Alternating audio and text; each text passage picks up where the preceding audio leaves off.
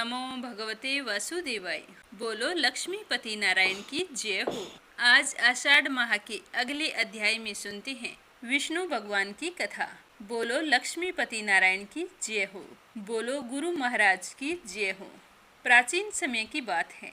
एक गांव में एक ब्राह्मण रहता था। वह बहुत ही गरीब था। उसकी कोई संतान नहीं थी। उसकी पत्नी बड़ी ही मलिनता के साथ रहती थी।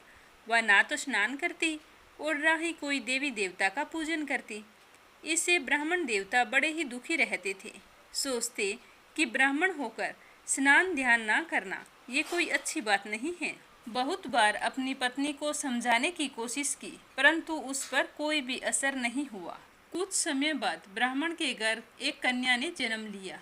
वो कन्या जैसे ही बड़ी हुई तो प्रातःकाल स्नान करके भगवान श्री हरि विष्णु का जाप करती और गुरुवार के व्रत रखा करती थी। अपने पूजा पाठ को समाप्त करके जब वह विद्यालय जाती तो अपनी मुट्ठी में जौ भर के ले जाती और पाठशाला के मार्ग में डालती जाती। जब वह लौट के आती तो वो जौ सोने के हो जाती, तो उन्हें बीन कर घर ले आती। एक दिन वह बालिका सूप लेकर उसके अंदर वो सोने के जौ साफ कर रही थी, तो उसके पिताजी ने देख लिया और कहने लगे कि हे बेटी, सोने के जौ साफ करने के लिए तो सूप भी सोने का ही होना चाहिए।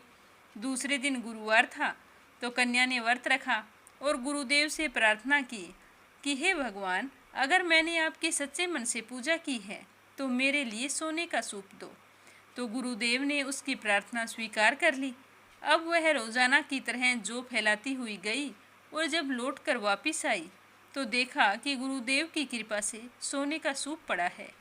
तो वह उठाकर उसे घर ले आई और उसमें जौ साफ करने लगी और पूरे नियम से श्री हरि विष्णु की पूजा पाठ करती रही। लेकिन उसकी माँ का वही ढंग रहा। बेटी को पूजा करते देखकर उसके मन में कभी भी स्नान ध्यान का विचार नहीं आया।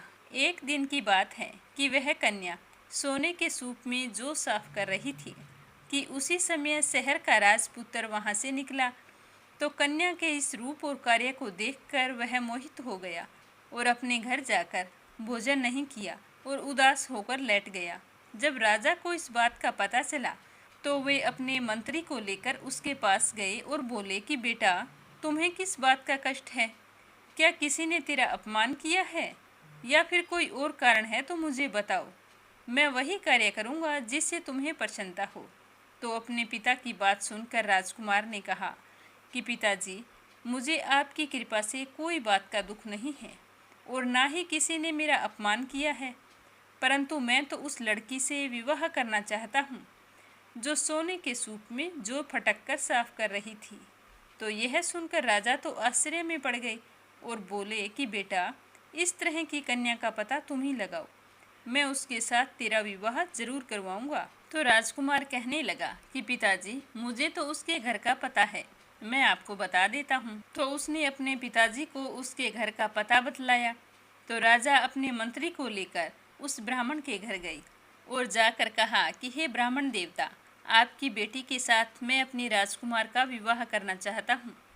तो वह ब्राह्मण सुनकर बहुत ही खुश हुआ। सोचने लगा कि मेरे गरीब घर की बेटी राजा के घर की बहू बनेगी, इससे अच्छी बात मेरे लिए क्या हो सकती है। तो उस ब्राह्मण ने खुशी खुशी हाँ कर दी। तो अच्छा सा शुभ मुहूर्त देखकर विधि विधान के साथ ब्राह्मण की कन्या का विवाह राजकुमार के साथ हो गया। अब कन्या के घर से जाते ही ब्राह्मण के घर में पहले की तरह गरीबी का निवास हो गया। अब तो भोजन के लिए अन्न भी बड़ी मुश्किल से मिलता था। एक दिन दुखी होकर ब्राह्मण देवता अपनी पुत्री के पास गई। तो बेटी ने अपने पिता की दुखी अवस्था को देखा और अपनी माँ का हाल पूछा। तो ब्राह्मण ने सारा हाल कह सुनाया। तो कन्या ने बहुत सारा धन देकर अपने पिता को विदा किया। तो इस तरह ब्राह्मण का कुछ समय सुखपूर्वक व्यतीत हुआ और फिर वही हाल हो गया। ब्राह्मण फिर से अपनी कन्या के यहाँ गया और सारा हाल कहा। तो वह लड़की कहने लगी कि हे पिताजी, आप ऐसा करो, माताजी को यहीं लेकर आओ, मैं उन्हें व्रत और पूजा पाठ की विधि बता दूंगी, जिससे तुम्हारी गरीबी दूर हो जाएगी। तो उसका पिताजी कहने लगा कि बेटा, पूजा पाठ करना तेरी माँ के बस की बात नहीं है, अगर तुम कहती है तो मैं ज़रूर ले आऊँगा। तो वह दूसरे दिन अपने घर गया और ब्राह्मणी को साथ लेकर अपनी बेटी के यहाँ आ गया। तो बेटी ने अपनी माँ को सारी बात समझाई और कहा कि माँ, तुम सुबह जल्दी उठो, सबसे पहले स्नान करो, उसके बाद में विष्णु जी की पूजा करो, तो ऐसा करने से तुम्हारी सारी गरीबी दूर हो जाएगी। परंतु उसकी माँ ने अपनी बेटी की एक ही बात नहीं मानी। सुबह जल्दी उठकर पुत्री के बच्चों की जूठन को खा लिया। यह देखकर उसकी पुत्री को गुस्सा आया। उसने दूसरी रात अपनी माँ को एक कोठरी में बंद कर दिया और उसके अंदर से सारा सामान निकाल लिया। तो उसकी माँ सारी रात उस कमरे में बंद रही। सुबह जल्दी बाहर निकाला और स्नान आदि करवा के फिर विष्णु जी का पाठ करवाया। तो ऐसा करने से उसकी माँ की बुद्धि ठीक हो गई। अब वह प्रत्येक गुरुवार को व्रत रखने लगी।